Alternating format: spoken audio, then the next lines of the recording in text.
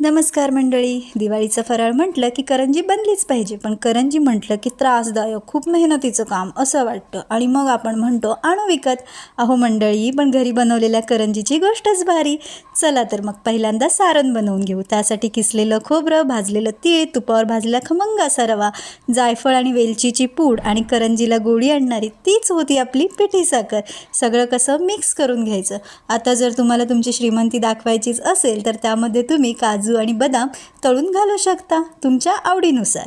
आता एका परातीमध्ये मैदा, बारीक रवा आणि तुपाचं मोहन टाकून सैलसर पीठ मळून अर्धा तास बाजूला ठेवून द्यायचं. म्हणजे कसं रवा भिजून जातो आणि कचकच करत दाताखाली न येता खुसखुशीत करंजी तयार होते.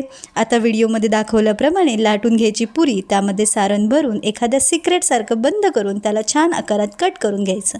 आता तेल मध्यम गरम करून त्यामध्ये करंजी सोडून त्यावर गरम गरम तेल उडवून तळून घ्यायचं. झाली ना आपली खुसखुशीत घरची करंजी तयार.